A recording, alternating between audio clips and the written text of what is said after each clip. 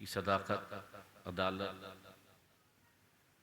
हया, सखावत, ये सारी चीज़ें हमारे अंदर जब उन बुज़ुर्गों की बात सुने, उनकी हयात, उनके तज़किरे सुने, तो हमारे अंदर भी वो जौहर पैदा हो। ये वजह हो सकती है, मगर मैं जो समझता हूँ वजह कुछ और है। देखिए, मैं जो समझता हूँ, मैंने कहा कि मैं तुराबी हूं तो बात जमीन की करूंगा। ये जो दौर है, जो ज्यादा अली अली करता है, फौरन उसके हाथ में कागज आ जाता है कि ये शिया हो गया है, ये राफ़ज़ी हो गया है। और अगर खास तौर से सादात अली अली करें तो फौरन देर नहीं लगती और शिया और राफ़ज़ी और पता नहीं क्या उनके ताल्लुक से कहा जाने लगता है। तो खानदाने रब्बानिया के चश्मो चरागों ने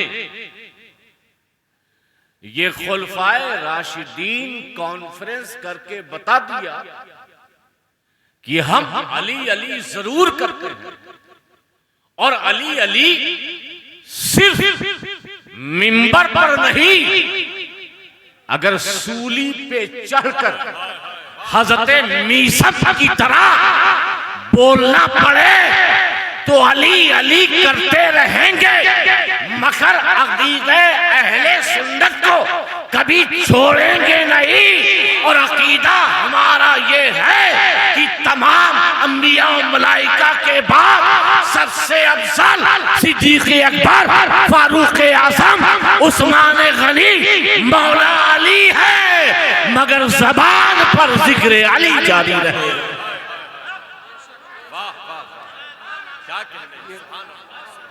बात बिल्कुल साफ है, ये बात बिल्कुल क्लियर है। अकीदे में कोई समझौता नहीं, अकीदे में कोई समझौता नहीं। और हमारा अकीदा मौजूदा ईरान से नहीं आया है। हमारा अकीदा तो हमारे जद मखदूम अशब जहांगीर समनानी था, तो ईरान का इलाका समनान की सरजमीन से वो लेकर आए और बता दिया यही अकीदे अहले सुन्नत, ये हक अकीदा है, इसी पे जिंदगी गुजारते रहे।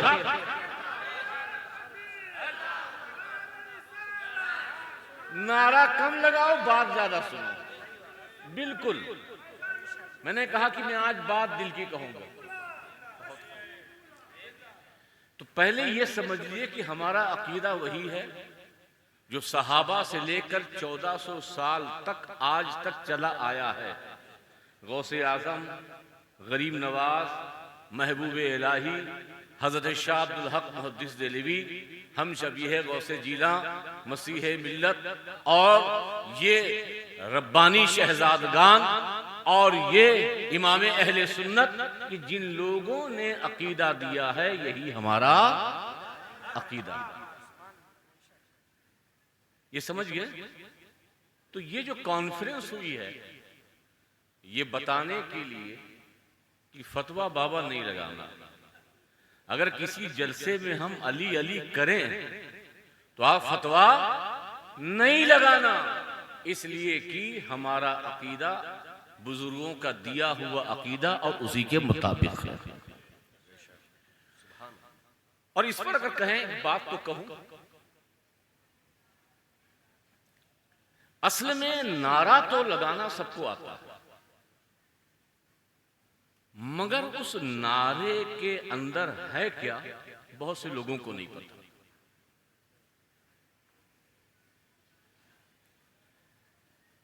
मसला क्या आ रहा है,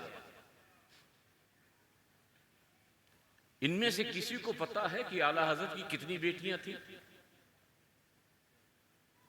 पता है? आला हजरत इमाम अहले सुन्नत इमाम अहमद रजा खां फाजिले बरेलवी के कितनी बेटियां थी? बोलिए। 5। कितने?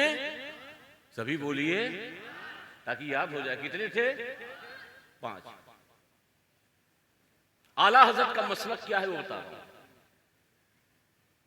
पहली बेटी का नाम मुस्तफाई बेगम, सभी बोलिए, सभी बोलिए, पहली बेटी का नाम मुस्तफाई बेगम। दूसरी बेटी का नाम मुर्तजाई बेगम। तीसरी बेटी का नाम कनीजे हसन, कनीजे हसन। चौथी बेटी का नाम कनीजे हुसैन। पांचवी बेटी का नाम कनीजे हसनैन। तवज्जो, हमारे वहां भी बेटियां पैदा होती हैं, मौलाना साहब के वहां भी पैदा होती हैं, सबके वहां होती हैं। अगर बेटी का नाम कनीज से भी जोड़ कर रखते हैं तो जानते क्या रखते हैं? कनीजे फातिमा, कनीजे आयशा, कनीजे जैनब, कनीजे खदीजा।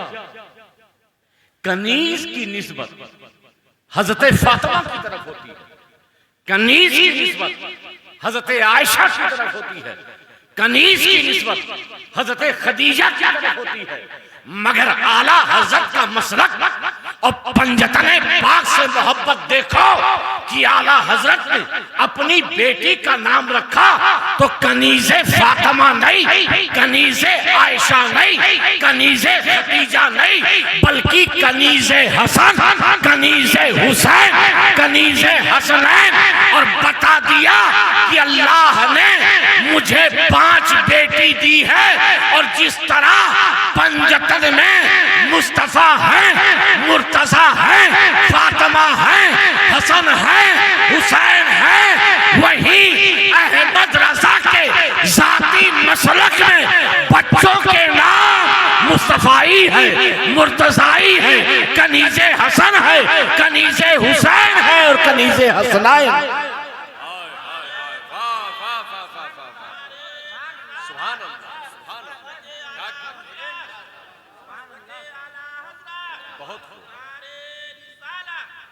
इस पर आऊंगा, बात आगे भी करूंगा, वरना ये ना हो कि बात कहीं की कहीं चली गई, लेकिन बात सब की करूंगा और पूरी तवज्जो उलमा की चाहूंगा।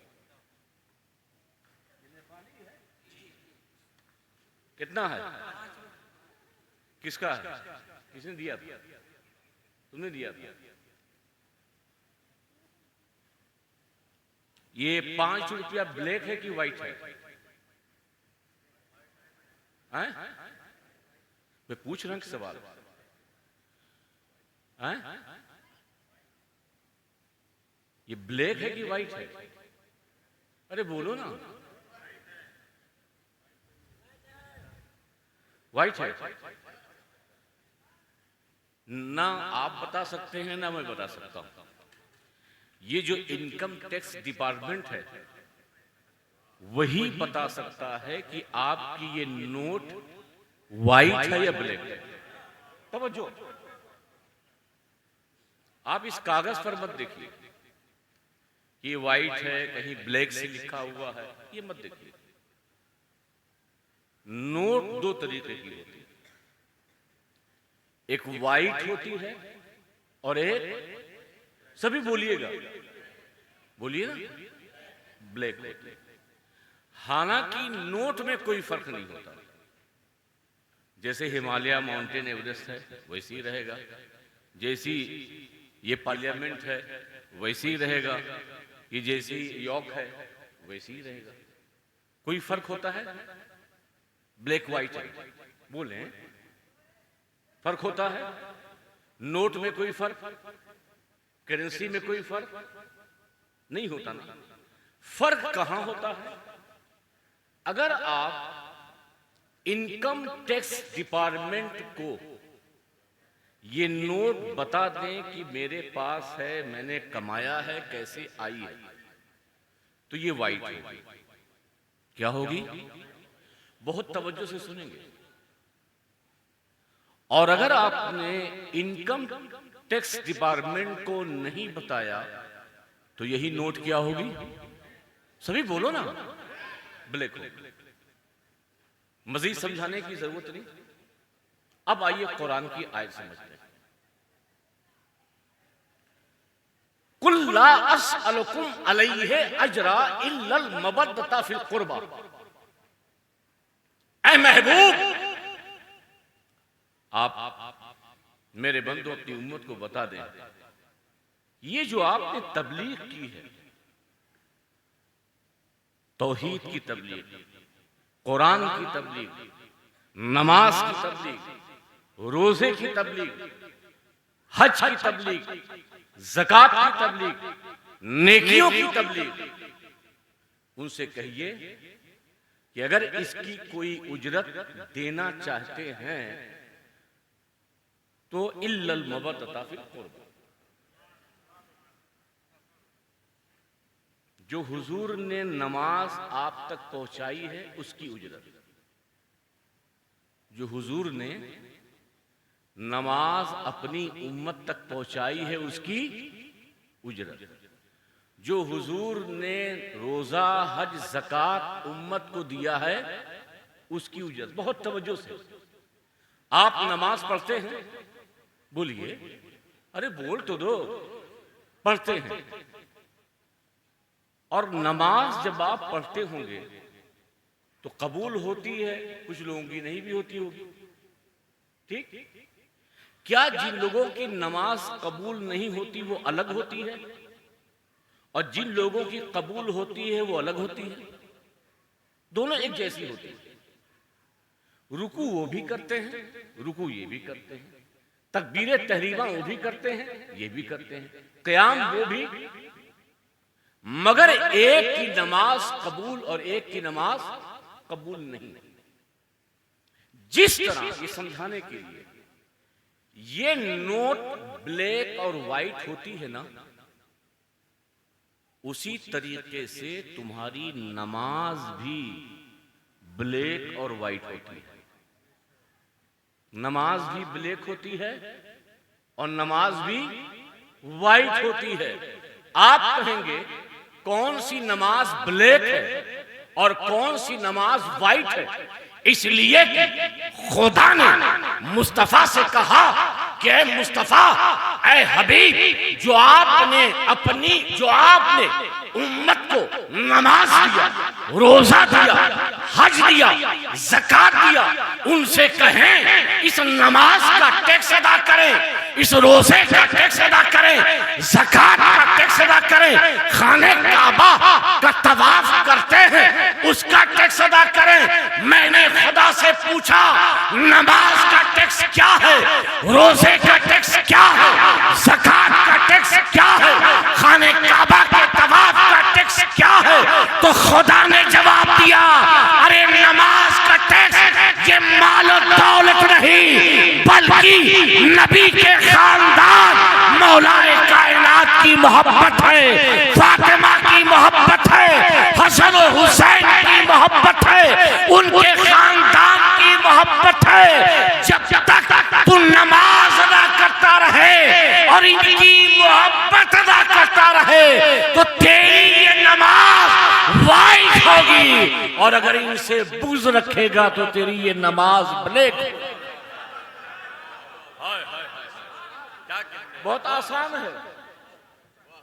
नमाज वाइट करना चाहते हो और पता लगाना चाहते हो कि आपकी नमाज वाइट है या नहीं, तो सबसे पहले इमाम से पूछो, इमाम साहब आप नमाज पढ़ा तो रहे हैं मगर अली से मोहब्बत करते हैं, अली से प्यार करते हैं, उनके शहजादों से प्यार करते हैं, उनकी मोहब्बत का दम भरते हैं, इसलिए कि जब तक आपकी नमाज वाइट नहीं होगी तो तब तक हमारी नमाज वाइट क्या होगी। इसलिए कि ये बात फकत तकरीर नहीं है, मुस्तफा फरमाते हैं अगर कोई नमाज पे नमाज पढ़े, रोजा का रोजा रखे, खाने काबा का तवाफ करे, जब तक वो मेरी अहले बैत से मोहब्बत नहीं करेगा तब तक नमाज, रोजा, तवाफे खाने काबा उसके मुंह पे दिमाग जाएगा। ये बोली सिर्फ खिताबत की नहीं है, हुजूर अकरम सल्लल्लाहु अलैहि वसल्लम की बोली है। तो अगर चाहते हो हर चीज का टैक्स अदा करना है, सामान खरीदते हो उसका टैक्स है, माल लाते हो उसका टैक्स है, ये नमाज पढ़ते हो तो उसका भी तो टैक्स है ना। बोलो, नमाज का टैक्स क्या है? बोलो, अहले बे इल्लल मवद्दता फिल कुर्बा। रोजे का टैक्स, हज का टैक्स, ज़कात का टैक्स, आमाल खैर का टैक्स ये है कि नबी के खानदान और नबी की अहले बैत से मोहब्बत करना। और यही नहीं, आप देखिए, मैं बात कुछ हट कर करूंगा कि हजरत इमाम हसन मुश्तबा, अभी बात मौलाए कायनात की हो रही थी, मैं समझता हूं, ये मेरा अपना कौल है और सोच है, मेरी फिक्र है कि पूरी कायनात में मौलाए कायनात और उनके बच्चों जैसा मजलूम कोई नहीं।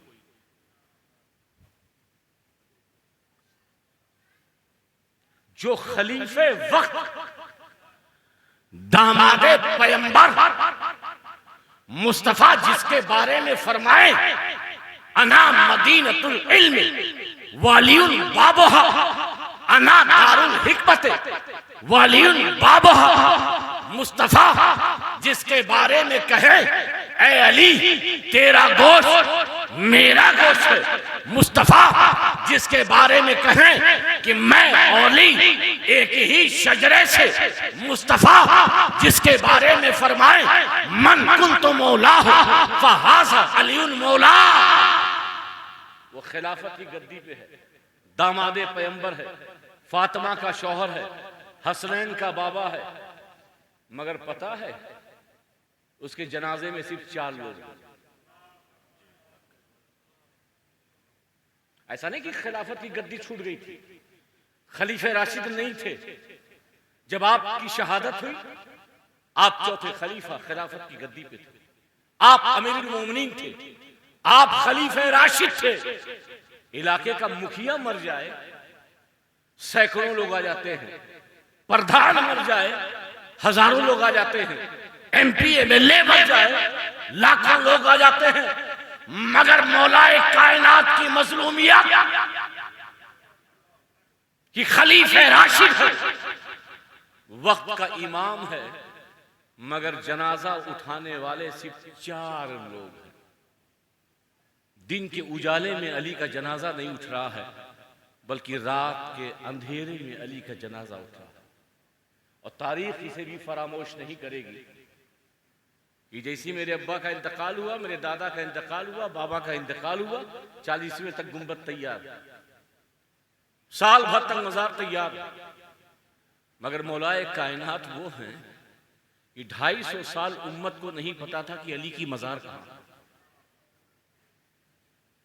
पता है ये 250 साल तक अली की कब्र का निशान आम उम्मतों को नहीं पता, आम लोगों को नहीं पता। हजरत आला हजरत शफी मियां साहिब शरफी में लिखते हैं इस वाक़े को, जब हारून रशीद का दौर आया और हारून रशीद शिकार करने गया, तो दौरान शिकार जब उसने अपने शिकारी कुत्ते को शिकार की तरफ दिखाया और कहा कि शिकार पे हमला करो, तो वो कुत्ता उस शिकार पे हमला नहीं कर रहा, वो कुत्ता शिकार को देखकर खामोश है। हारून रशीद परेशान हो जाता है और ये कहता है कि बात क्या है, कि आज मेरे कुत्ते ने शिकार पर हमला नहीं किया, आज मेरे कुत्ते ने शिकार पर अटैक नहीं किया, ये तो शिकारी कुत्ता था। ये सोचता हुआ वो गांव में जाता है, गांव में एक बूढ़ा मिलता है और कहता है हारून रशीद क्या सोच रहे हो? कहा बाबा जी बहुत अजीब बात हुई कि मेरा कुत्ता था, सामने हिरन शिकार था, मगर हिरन को देखने के बाद भी मेरा कुत्ता उस पर हमला आवर नहीं हुआ। तो उस बाबा जी ने कहा हारून रशीद तुम्हें पता है कि जहां वो हिरन बैठा था या खड़ा था उस टीले पर, वो जानते वो जगह कौन सी है? कहा बाबा जी बताइए वो जगह किसकी है? कहा वहां जगह किसी और की नहीं, हसनैन के बाबा फातिमा के शौहर दामादे पैगंबर मौलाए कायनात मुश्किल कुशा की मज़ारे पाक है। ये हारून रशीद के दौर में आम लोग लिए हजरत अली की मज़ार का पता नजफ़शत में चला और बनी। लेकिन यहां से एक नुक्ता भी मिला कि वो हिरन बच गई, वो हिरन बच गई। किससे बची? शिकारी कुत्ते से। क्यों बची? क्योंकि अली के हिसार में आ गई। बोल दो सुभान अल्लाह। हिरन को भी पता था ये वो जगह है, ये वो जात है जिसके हिसार में आ जाओ तो दुनिया के कुत्ते हमला नहीं करते। अरे नेपालगंज के मुसलमानों, तुम्हें ये पता नहीं चला? उस हिरन को पता चल गया तो उसके पता चलने से तुम भी पता कर लो।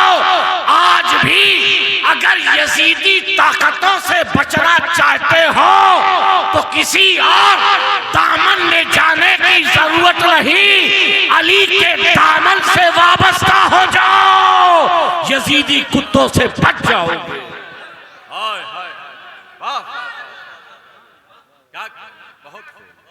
ये अली की मजलूमियत। जनाजा 4 लोग। इमाम हसन की मजलूमियत हजरत आयशा सिद्दीक़ा रज़ियल्लाहु ताला अन्हा से हजरत अबू हुरैरा, हजरत इमाम हुसैन के जरिए ये इजाजत तलब की थी कि आप अम्मी जान हजरत आयशा सिद्दीक़ा से पूछ लें, क्योंकि मेरी ये ख्वाहिश है कि मैं अपने नाना के कदम में, अपने नाना के कदम में मुझे जगह मिले। ये ख्वाहिश किसकी है? नवासे की। और ये ख्वाहिश उस नवासे की है कि जिसके ताल्लुक मुस्तफा कहें हाजा इब्नी सैयद, मेरा ये बेटा सरदार हो। उस नवासे की ख्वाहिश है कि अरे तुम पैदा हो तो बड़ी मुश्किल से इमाम आते हैं इकामत और अजान कहने, खुश नसीब हुए तो ये रब्बानी पीर आ गए, घर में विलादत हुई, उन्होंने इकामत और अजान दी। और खुश नसीब हुए आपके पीरों के पीर आ गए, और कोई खुश नसीब था कि जिसकी अजान और इकामत महबूब इलाही ने दी हो, और कोई खुश नसीब था जिसकी अजान और इकामत हजरत गरीब नवाज ने की हो, और कोई खुश नसीब होगा जिसकी अजान और इकामत गौसे आजम ने की होगी। मगर इमाम हसन वो शहजादे हैं, इमाम हसन वो नवासे हैं, इमाम हसन हुसैन के वो भाई हैं। जब इस दुनिया में आए तो दुनिया के किसी और ने आपके कान में अजानो इकामत नहीं की, बल्कि ताजदारे बतहा आकाए करीम आपके नाना जान ने आपके कान में अजानो इकामत फरमाई। ये वो हसन है, ये वो हसन है। अरे हुजूर का कदम मिल जाए, हुजूर के कदम से लगा हुआ जर्रा मिल जाए, हुजूर के कदम से लगी हुई मिट्टी मिल जाए, हुजूर के जिस्म पाक से लगी हुई हवा अगर दीवार पे टकरा जाए तो हजरत इमाम मालिक उस दीवार को भी चूमते हैं। इसलिए चूमते हैं कि मैंने मुस्तफा को इस दीवार को चूमते हुए तो नहीं देखा, मगर मदीने की गलियों से गुजरे जरूर होंगे, और जब गुजरे होंगे तो हवाएं भी गुजरी होंगी, और जब हवाएं गुजरी होंगी तो जिसमें मुस्तफा से छूकर इस दीवार से टकराई भी होगी। लिहाजा मैं उस दीवार के भी बोसे देता हूं जो दीवार हुजूर के जिस्म अक़दस से टकरा कर जिसने दीवार पे बोसा दिया। ये हुजूर की निस्बत का आलम है। लोग एजाज समझते हैं, हुजूर की ये निस्बत की कदमों से लग जाए मिट्टी तो उसके लिए वो हीरा और नायाब होती है। मगर सोचो हजरत इमाम हसन वो हैं, सिर्फ हुजूर की ज़ुर्रियत नहीं बल्कि उनके ज़बान को उनकी जबान को मुस्तफा जाने रहमत सल्लल्लाहु अलैहि वसल्लम ने अपनी जबान से चूसा। सिर्फ जबान नहीं बल्कि अपना लुआबे दहन हजरत इमामे हसन के दहन में डाला। ये लेकिन हाल ये है कि हजरत आयशा सिद्दीक़ा रज़ियल्लाहु तआला अन्हा ने इजाजत भी दे दी कि इमाम हसन को इजाजत है कि हुजूर के कदमों में उन्हें दफनाया जाए। मगर जब शहादत होती है हजरत इमाम हसन की, तो वक्त का जो गवर्नर होता है या उस वक्त जो गवर्नर का हाकिम होता है मरवान इब्ने हकम, वो साफ तौर से हजरत अबू हुरैरा को गालियां हजरत इमाम हसन को देता है, गालियां देता है और कहता है कि हजरत उस्मान की शहादत हुई, वो तो जन्नतुल बकी में है और ये नवासे होकर हुजूर के कदमों में। कहा हजरत आयशा ने भी इजाजत दी है, कहा आयशा ने इजाजत नहीं दी होगी। इमाम हसन की शहादत से पहले दोबारा एक और वसीयत थी हजरत इमाम हसन की कि दोबारा अम्मी जान आयशा से इस बात की तस्दीक करना जब मुझे दफनाना। हजरत आयशा ने तब भी इजाजत दी। अगर इमाम हसन की ख्वाहिश और वसीयत ये थी तो हुजूर के कदमों में उन्हें दफनाया जाए।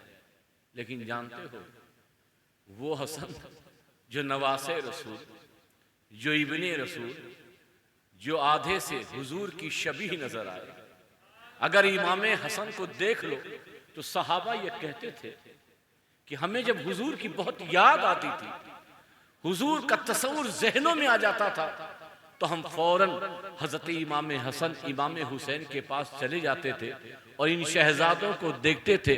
हुजूर की वो याद जो हमारे दिलों में इश्क बनकर तरंगे मार रही थी, इनको देखने के बाद सुकून आ जाता था।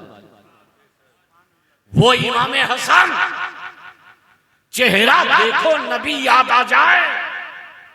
वो इमाम हसन जिनकी रगों में मुस्तफा का खून, फातिमा का दूध दौड़ रहा है, मगर उस इमाम हसन को नबी के पहलू में दफनाने के लिए 2 गज जमीन नहीं मिली। ये सच्चाई है, ये बयान बहुत कम की जाती है, लेकिन हकीकत यही है। जब जनाजा तैयार हुआ तो अक्सर रिवायतों के मुताबिक हजरत इमाम हसन के नमाज़े जनाजा के वक्त तीर चलाए गए। जिस जनाजे में इमाम हुसैन है, और मैं वो लफ्ज इस्तेमाल नहीं कर रहा हूं कि जिसकी वजह से कोई इख्तलाफ ना हो, हजारों का मजमा, ताकि भगदड़ हो जाए मजमे में इमाम हसन की नमाज जनाजा में कोई शामिल ना हो। उस नवासे रसूल के नमाज जनाजा के वक्त तीर चलाए गए। ये कौन थे? इजराइल के यहूदी थे? ये ट्रम्प था? कौन थे ये लोग? ये लोग भी कलमा पढ़ते थे, ये लोग भी कुरान पढ़ते थे, ये लोग भी नमाज पढ़ते थे, ये लोग भी रोजा रखते थे, मगर इनके सीने में अहले बैत का बुग़्ज़ था, नबी के खानदान का बुग़्ज़ था, नबी के खानदान की अदावत थी, जिसे मुस्तफा ने शहरे मदीना से बाहर भेज दिया।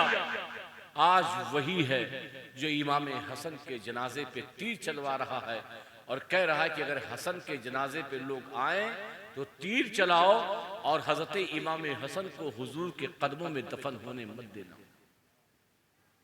इससे बड़ी मजलूमियत कुछ और है, इससे बड़ी मजलूमियत कुछ और है। मगर वो हसन जहर दिया गया। लोग नीचे से ऊपर जाते हैं ना, मैं ऊपर से पीछे आ रहा हूं। जहर दिया गया। इमाम हुसैन ने पूछा, भाईजान आपको जहर दिया गया है, बताइए जहर देने वाला कौन है?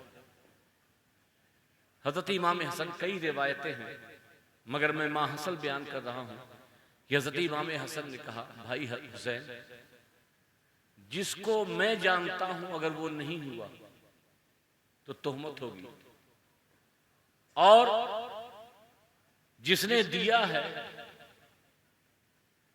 जिसने दिया है और मैंने उसके नाम के अलावा किसी और का नाम लिया तो तोहमत होगी, और उसका भी नाम लिया तो मैं यकीन से नहीं कह सकता कि फलां ने मुझे जहर दिया है, इसलिए ये मामला अल्लाह पे छोड़ो, मैं क़यामत के दिन हश्र के मैदान में इसका बदला लूंगा। कौन है? खुद इमाम हुसैन से करें। और एक बात और करें, ये सादात को ये बात समझनी चाहिए जो इमाम हुसैन ने वसीयत में कही थी, का भाई हुसैन, हमारे अब्बा जान तो हजरत सिद्दीक अकबर ने लोगों ने खलीफा बना दिया, उसके बाद फारूक आजम को सिद्दीक अकबर ने बना दिया, फारूक आजम के बाद हजरत उस्मान गनी मजलिस शूरा से बने, मजलिस शूरा के बाद हजरत अली खलीफा बने, और हजरत अली के बाद 6 महीने तक खिलाफत मेरे पास तक रही। का हुसैन, ये खिलाफत हमारे मुकद्दर में नहीं है। जो बात कही थी हजरत इमाम हसन ने, ये खिलाफत हमारे मुकद्दर में नहीं है, हमारे मुकद्दर में तो फैजान नबूवत, नबूवत का फैजान, बातनी हुकूमत, ये विलायत, ये कुतबियत, ये रूहानियत, इसीलिए इमाम अहले सुन्नत आला हजरत लिखते हैं और भी दूसरे मौरिखीन लिखते हैं कि हजरत इमाम हसन ने जो हजरत अमीर मुआविया से सुलह की थी, खामोश हो गए थे, अल्लाह ने उसका इनाम ये अता फरमाया कि हजरत इमाम हसन को कुतबियत अता की, उसके बाद आपकी पूरी औलाद में अल्लाह कुतबियत अता फरमाता रहेगा। जो भी कुतुब होगा इमाम हसन और इमाम हुसैन की औलाद से। किताब पढ़िए, अल मलफूज उठाइए। आला हज़रत से किसी ने पूछा, ये 12 इमाम हमारे 12 इमाम हैं कि शियाओं के 12 इमाम हैं? ये 12 इमाम अहले बैत के 12 इमाम, ये हम भी इन्हें 12 इमाम कह सकते हैं? तो आला हज़रत कहते हैं इमाम के माना मुक्तदा, पेशवा, वो किस माना में ले उनकी है, मगर हम तो इन्हें पेशवा और मुक्तदा के माना में लेते हैं। ये उनके 12 हो या ना हो, मगर ये 12 इमाम अहले सुन्नत ही के हैं।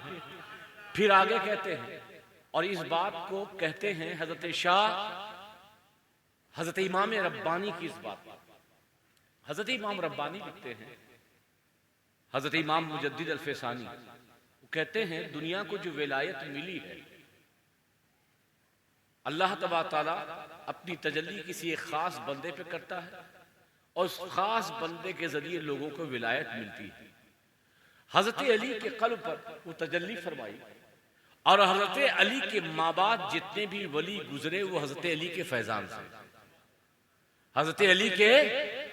अब यहां पर हजरत शाह इमाम रब्बानी क्या फरमाते हैं कि अली की जात से जुड़कर वली बनने वाले हुजूर के उम्मती ही नहीं, बल्कि आदम से लेके ईसा तक, क्या मैंने कहा, आदम से लेकर ईसा तक जितने भी औलिया गुजरे हैं इस उम्मत के नहीं, आदम से लेकर, और हजरत इमाम रब्बानी के इस कौल को आला हजरत ने फतावे रज़विया में और मतलुल कमरैन में नकल किया है। कहा इस उम्मत ही में नहीं, बल्कि आदम से लेके हजरत ईसा तक जितने भी औलिया गुजरे हैं, हर वली को जो विलायत मिली है वो हजरत मौलाए कायनात की रूह पाक के जरिए, यानी मौलाए कायनात की रूहानियत, मौलाए कायनात। फिर आला हज़रत इसके आगे लिखते हैं जो बात कहने वाला था, कहते हैं ये रूहानियत का सिलसिला ऐसे चला कि हजरत मौलाए कायनात, फिर हजरत इमाम हसन, फिर इमाम हुसैन, फिर उनकी औलाद इमाम हसन अस्करी तक, फिर रूहानी मरकज और रूहानियत में गौसियत के मकाम पर अल्लाह ने शेख अब्दुल कादिर जिलानी अल्लाह ताला अन्हु को फाइज फरमाया। यानी इमाम हसन से विलायत, गौसियत, कुतबियत का सारा जमाना इमाम हसन का जमाना, इमाम हसन से लेकर गौसे आजम तक और गौसे आजम से लेके इमाम मेहदी तक सारी कुतबियत, सारी विलायत, सारी रूहानियत ये गौसे आजम के दर से मिलेगी। और ये गौसे पाक भी देखिए, ये अजीब इत्तेफाक है। हजरत इब्राहिम की कितनी औलाद है पता है? बोलो, दो। एक हजरत इसहाक और दूसरे हजरत इस्माइल। कितनी औलाद हैं? बोलिए ना, दो। हजरत इसहाक, हजरत इस्माइल। हजरत इसहाक से सैकड़ों हजारों अंबिया, ये जितनी भी कौमें बनी इसराइल में अंबिया गुजरे, ये हजरत इसहाक की औलाद। मूसा गुजरे, यूशा गुजरे, हजरत ईसा गुजरे, हजरत सुलेमान गुजरे, हजरत दाऊद गुजरे, ये सारे जो अंबिया गुजरे हैं ये किसकी औलाद है? हजरत इसहाक। कमोबेश 70,000 अंबिया करम किसकी औलाद से? बोलो, हजरत इसहाक।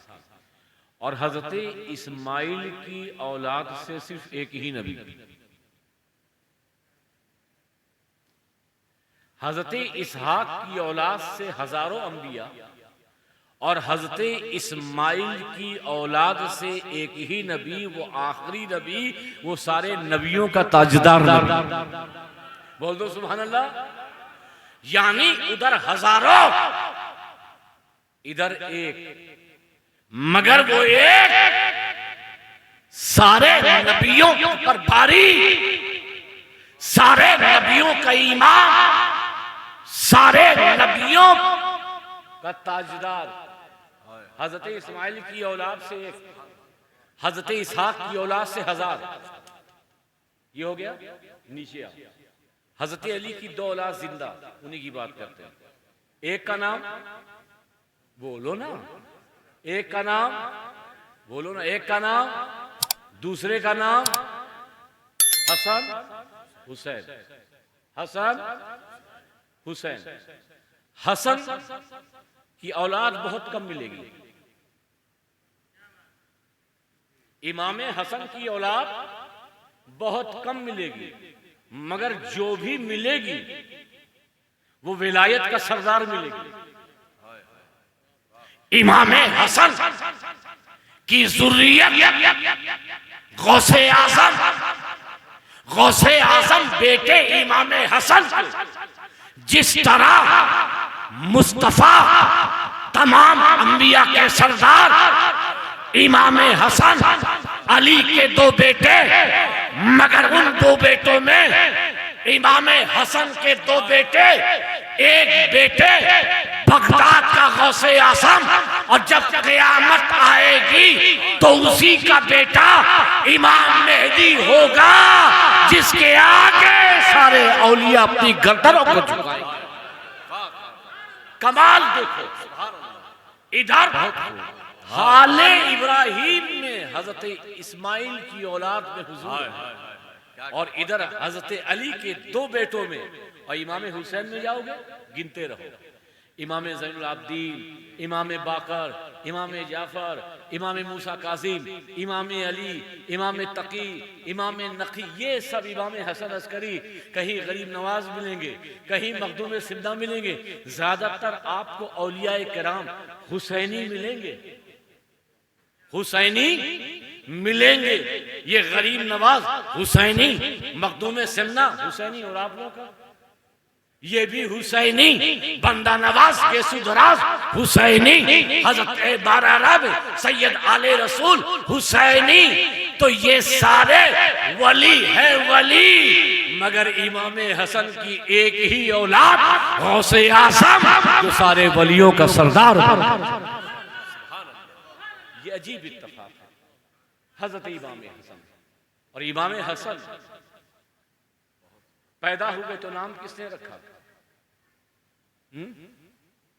अरे बोलोगे?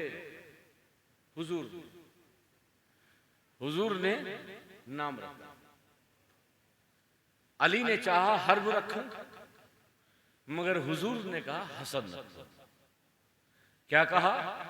अरे बोलो यार, हसन।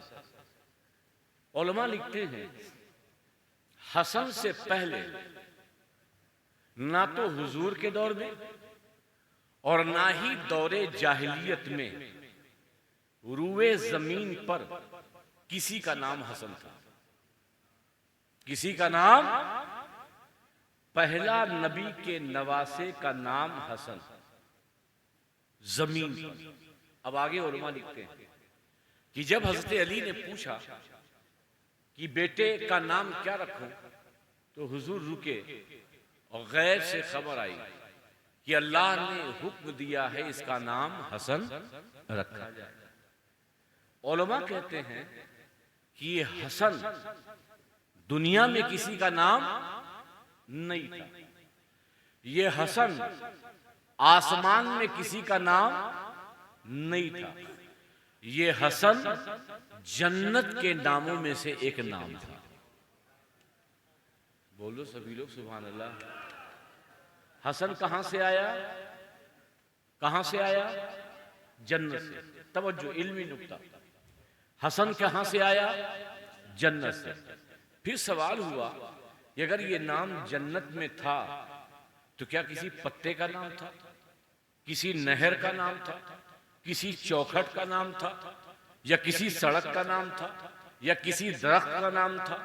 आखिरकार ये नाम हसन जन्नत में कहां था? तो उलमा फरमाते हैं ये नाम जन्नत में जरूर था, मगर अल्लाह ताला ने इस नाम को जन्नत में छुपा रखा। कहां क्या रखा? जन्नत में। दुनिया में किसी का नाम नहीं, आसमान में किसी का नाम नहीं। जन्नत में ये नाम है हसन, मगर जन्नत में ये नाम अल्लाह ने छुपा रखा था। सवाल ये होगा कि अल्लाह ने इस नाम हसन को छुपाया कहां? नाम हसन को छुपाया कहां? तो उलमा कहते हैं कि अल्लाह ने नाम हसन को अपने हुस्न के पर्दे में छुपाए रखा था। जैसे जैसे मोहम्मद, क्या नाम है? मोहम्मद, ये हुजूर का नाम है। मोहम्मद में 3 हर्फ असली हैं, हा मीम दाल। जब अल्लाह ने अपने नूर से नबी के नूर को बनाया तो इस नूर ने खुदा की हमद की। जब खुदा की हमद की तो ये नूर बना हामिद। नूर क्या बना? हामिद। हामिद में ये 3 ही असल असली, हा मीम दाल। इसने और हमद की तो ये हुआ हम्माद, हा मीम दाल। इसने और हमद की, इसने और हम की तो ये बना अहमद। अहमद में हा मीम दाल। अब अल्लाह ने भी अपने नबी की तारीफ की। जब अल्लाह ने तारीफ की तो ये महमूद बना। अल्लाह ने और तारीफ की तो ये मोहम्मद बना। तवज्जो, अब मोहम्मद में हा मीम दाल, हामिद में हा मीम दाल, हम्माद में हा मीम दाल, अहमद में हा मीम दाल, महमूद में हा मीम दाल। यानी अल्लाह ने नामे मोहम्मद को हम्द के पर्दे में छुपा रखा था। जैसे ही मुस्तफा ने हम्द की, हामिद बने, हम्माद बने, मोहम्मद बने, ऐसे ही अल्लाह ने बिला तशबीह नामे हसन को, नामे हुसैन को, हसन में कितने हर्फ बोलिए, हा सीन नून, हुसैन में असली कितने हर्फ, हा सीन नून, हुस्न में कितने हर्फ, हा सीन नून। और हदीसे पाक है कि मैं छुपा हुआ हुस्न का खजाना था, मैं हुस्न का छुपा हुआ खजाना था। हुस्न में कितने हर्फ, 3, हा सीन नून। हसन में कितने हर्फ, हा सीन नून। हुसैन में कितने हर्फ, हा सीन नून। यानी हसन वो नाम जो जमीन पर नहीं, हसन वो नाम जो अर्श पर नहीं, हसन वो नाम जो जन्नत में था, मगर अल्लाह ने अपने हुस्न के पर्दे में छुपा रखा था। जब हसन पैदा हुए तो अल्लाह ने उस हुस्न के पर्दे को आशिकारा किया और हुजूर ने आपका नाम हसन रखा। ये है हसन। पैदा हुए, अज़ान और इक़ामत मुस्तफ़ा ने की, लुआब दहन डाला गया, 7वें दिन अकीका हुआ, आपके बाल मुबारक को चांदी के बराबर सदका किया गया, उतारा गया। फिर ये हसन बड़े बड़े, क्योंकि इमाम हसन का जो एक किरदार है दुनिया के सामने। और एक बात मैं भूल जाऊंगा, मैं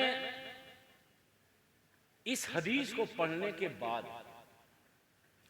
और इमाम हुसैन हो या इमाम हसन हो, उनके फजाइल बहुत हैं, मगर जब मैंने ये पढ़ा तो मैंने समझा कि इमाम हसन से बढ़, इमाम हसन की इससे बढ़कर कोई फजीलत ही नहीं। देखिए, आप अल्लाह से मोहब्बत करते हैं और कुरान में है वल्लज़ीना आमनू अशद्दु हुब्बन लिल्लाह, कि ईमान वाले सबसे ज्यादा मोहब्बत किससे करते हैं? आखिरी बात, सबसे ज्यादा मोहब्बत किससे करते हैं? हमें अल्लाह से। ईमान वाले किससे मोहब्बत करते हैं? बोलो सभी, अल्लाह से। ईमान वालों की शान है वो अल्लाह से मोहब्बत करे। हर साहिब ईमान पे जरूरी है सबसे ज्यादा मोहब्बत किससे करे? अल्लाह से। मगर अल्लाह अल्लाह अल्लाह सबसे ज्यादा मोहब्बत हसनैन के बाबा से करता है, आखिरी नबी से करता है। खुदा की रजा चाहते हैं दो आलम, खुदा की रजा चाहते हैं दो आलम, खुदा चाहता है रजाए मोहम्मद। दुनिया का मकसद अल्लाह राजी हो जाए। ईमान वालों की शान ये कि सबसे ज्यादा मोहब्बत उसके दिल में अल्लाह की। मगर अल्लाह सारे नबियों में अपनी तमाम मखलूकात पे सबसे ज्यादा प्यार, सबसे ज्यादा मोहब्बत अपने आखिरी पैगंबर आका करीम से फरमाता है। इधर अल्लाह से हम, अल्लाह उधर मुस्तफा। अब आगे देखिए, इस मंजर को देखने के बाद कसम खुदा की मैं हैरत में था। इस हदीस को सुना भी होगा, लेकिन जो मैं बताना चाहता हूं वो सुनने के काबिल है। हुजूर की गोद में भी ये वाकया हुआ, हजरत फातिमा के घर में गए तब भी वाकया। वो हुजूर कहते हैं, ऐ अल्लाह, पूरी तवज्जो आपकी, ऐ अल्लाह मैं हसन से मोहब्बत करता हूं। बोल दो सुभान अल्लाह यार। पहला जुमला क्या सरकार का है? ऐ अल्लाह मैं हसन से मोहब्बत करता हूं। कोई बात नहीं, ये दिल की बात थी, अल्लाह को बता दी। ये दिल की बात थी, अल्लाह को, अपने परवरदिगार को बता दी। यही नहीं रुके, ऐ अल्लाह मैं हसन से मोहब्बत करता हूं, तू भी। गजब है मोहब्बत का म्यार। उम्मत से नहीं कह रहे, गुलामों से नहीं कह रहे। हजरत सिद्दीक अकबर, हजरत फारूक आजम, हजरत उस्मान, अशरे मुबश्शरा सहाबा अपनी उम्मती से नहीं कह रहे कि मैं हसन से मोहब्बत करता हूं। ऐ अबू बकर तुम भी करो, ऐ उमर तुम भी करो, ऐ उस्मान तुम भी करो, ऐ अली तुम भी करो, ऐ फातिमा तुम भी करो, ऐ मेरे गुलामों जानिसारों तुम भी करो। ये नहीं, जबकि होता क्या है, होता क्या है, अहमद मियां साहब किबला हैं, इन्हें अपने बच्चे से प्यार है तो अपने मुरीदों से कहेंगे देखो ये मुझे अजीज है, मेरे मुरीदों तुम इससे प्यार करो, तुम इससे मोहब्बत करो, तुम इसकी इज्जत करो। यही तरीका है। मगर रसूलुल्लाह क्या कहते हैं, ऐ अल्लाह मैं हसन से मोहब्बत करता हूं, तू भी मेरे हसन से मोहब्बत कर, तू कर, क्योंकि मैं करता हूं। वजह क्या थी? ये नहीं कि हसन तेरा बंदा, बल्कि मैं करता हूं तू कर। यहीं पर मुस्तफा नहीं रुके, यहीं पे नहीं रुके। कहा अल्लाह मैं हसन से मोहब्बत करता हूं, तू भी हसन से मोहब्बत कर। और जो लोग मेरे इस नवासे हसन से मोहब्बत करें, जो लोग मेरे हसन से मोहब्बत करे, तो अल्लाह तुझसे छोड़ना नहीं। तो किसी को सिद्दीक़ अकबर बना देना, किसी को फारूक आज़म बना देना, किसी को उस्मान ज़ुन्नुरैन बना देना, किसी को ताज, किसी को ताज, किसी को विलायत, किसी को शुजाअत का पैकर दे देना। ऐ अल्लाह जो हसन से मोहब्बत करे उससे तू भी मोहब्बत कर, उससे तू भी। पूरी कायनात में मोहब्बत से इससे बढ़कर मिसाल नहीं हो सकती, इससे बढ़कर फजीलत इमाम हसन की और नहीं हो सकती कि हजरत इमाम हसन के बारे में मुस्तफा कहें, ऐ अल्लाह मैं अपने बेटे से प्यार कर रहा हूं, तू भी प्यार कर, और जो भी हसन से मोहब्बत करे उससे तू भी मोहब्बत कर, उसे तू अपना महबूब बना ले। हजरत अबू हुरैरा रज़ियल्लाहु तआला अन्हु, मैं बताना चाहता हूं ये छोटे हैं इमाम हसन। जो आजकल होता ना कि आले रसूल में मौलाना, मैं मुफ्ती, मैं अजहर से आया हूं, मैं इराक से आया हूं, ये अभी 2-4 किताब पढ़े होंगे। अच्छा एक तस्वुर ये भी है कि सादात अगर है तो जाहिल माना जाता है, ये पीर हैं, जाहिल हैं, सब जाहिल होते हैं। अल्हम्दुलिल्लाह ये उलमाए किराम जितनी तालीम मदरसों में हासिल करते हैं उतनी ही मेहनत से ये शहजादगान भी हासिल करते हैं। लेकिन ये सब बस ऐसी 2-4 किताब पढ़ लोगी, तकरीर रट गई, वो क्या है, बाप दादा की कुर्सी है, कमाई है, हाथ चुमवाना है, बस करना है, क्या है। ये तासुब दिया जाता है और ये बताया जाता है ये इल्म से कोरे है, सियादत है बस इनके पास, शराफत है। अल्हम्दुलिल्लाह चाहे रब्बानी खानदान हो, चाहे सादाते की चौचा हो, सिर्फ यहां सियादत नहीं मिलेगी, बल्कि यहां पर तुम्हें जहां सैयद मिलेंगे वहीं उधर शेखुल इस्लाम मिलेंगे, इधर मसीह है मिल्लत।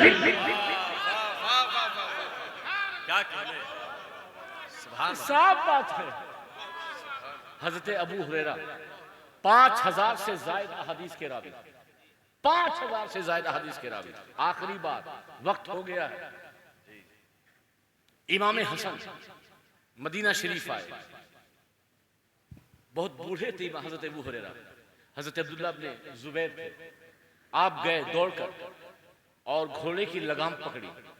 इमाम हसन जब घोड़े से उतरने लगे तो उनका पैर जीन से नीचे जमीन पर आए, उससे पहले ही हजरत अबू हुरैरा ने आपका दोनों जूता ले लिया।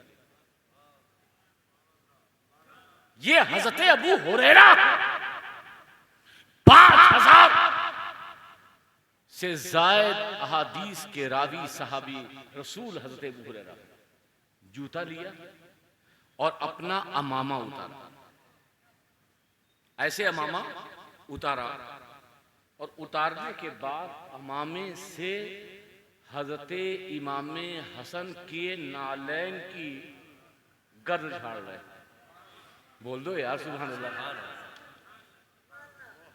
बुजुर्ग साहबी, 5000 अहादीस की रिवायत करने वाला साहबी, जो साहबे सुफ़ा पे बैठकर नबी से बराह रास्त इल्म लेने वाला साहबी साफ कर रहे हैं। हालांकि इमाम हसन, अरे चचा, अरे होता है ना, रोका, नहीं नहीं नहीं, आप ये क्या कर रहे हैं, ये अच्छी बात नहीं, अच्छी बात नहीं है। जानते हो हजरत अबू हुरैरा ने क्या जवाब दिया? मैं उसका एक मंजर अपने एतबार से बयान कर रहा हूं, वो हाल बयान कर रहा हूं कि अबू हुरैरा ने गोया जवाब दिया कि नवासे रसूल, ए हसन मुश्तबा, जब महशर का मैदान होगा तो कोई नमाज लेकर पहुंचेगा, कोई रोजा लेकर आएगा, कोई हज लेकर आएगा, कोई उम्रा पे उम्रा लेकर आएगा, कोई नेकियां पे नेकियां लेके आएगा, कोई इदारा लेकर आएगा, कोई तबलीग लेकर आएगा, कोई अपना कार्य खैर लेकर आएगा। मगर ए हसन, मैं चाहता हूं कि जब हश्र के मैदान में जाऊं तो यही अमामा हो और आपके जूते का जर्रा हो और मुस्तफा पूछे, ऐ अबू हुरैरा, तू लाया क्या है अपनी बख्शिश के लिए? तो मैं खुदा से यही कहूंगा कि अबू हुरैरा के नामे अमाल में कुछ नहीं है, बल इमाम हसन की जूतियों का जर्रा। ये है हसन, ये है अबू हुरैरा, ये है अहले बैत इज़ाम कि जिन्होंने दुनिया के सामने सुलह करके और एक निजाम दिया कि आले रसूल वो होते हैं जो लड़ाते नहीं हैं, बल्कि आले रसूल वो होते हैं जहां लड़ाई हो तो वहां सुलह कराते हैं। इमाम हसन का मानने वाला वो नहीं होता कि जहां आग ना लगी हो वहां आग लगा दे, बल्कि इमाम हसन का मानने वाला वो होता है जहां आग लगी हो जा करके वहां पे आग को बुझा दे। यही हसन है, यही नवासे रसूल है। बात बहुत है मगर वक्त बहुत हो गया। इंशाअल्लाह ताला फिर कभी हम इन शख्सियतों पर बात करेंगे और मैं मुबारकबाद दूंगा बज़्म रब्बानी कमेटी को और गुलामान वारिस को और इन रब्बानी शहजादों को कि जिन्होंने बड़ी मेहनत से हिंदुस्तान के सरहद पार इतनी मुश्किलों से हम लोग आए हैं, वो तो बता नहीं सकते। और वीडियो पे तो बड़ी बड़ी चीज़ें मिलती थी, पता नहीं मुसलमानों से पासपोर्ट लिया जाएगा, उनसे नहीं लिया जाएगा, भंसार लिया जाएगा, तो क्या लिया जाएगा, वहाँ प्राइवेट स्कूल बंद हो रहे। तो मैंने कहा चलो कम से कम एक बिगड़ा हुआ नेपाल पहले देखा था, अब चलो नया नेपाल भी देखने का मौका मिलेगा। बहरहाल ये आपकी सियासत है, आपकी हुकूमत है, मुझे उस पर कुछ नहीं कहना, लेकिन हम यही कहेंगे कि हमारी मोहब्बतें सरहदों की मोहताज नहीं होती। चाहे आप नेपाल में हों, चाहे हिंदुस्तान में हों, चाहे अफगानिस्तान में हों, चाहे आप इराक में हों, जहाँ भी सुन्नी है वो सुन्नी का भाई है, वहाँ मोहब्बतें सरहदों की मोहताज नहीं होती। वमा अलैना इल्लल बलाग। अस्सलाम वालेकुम।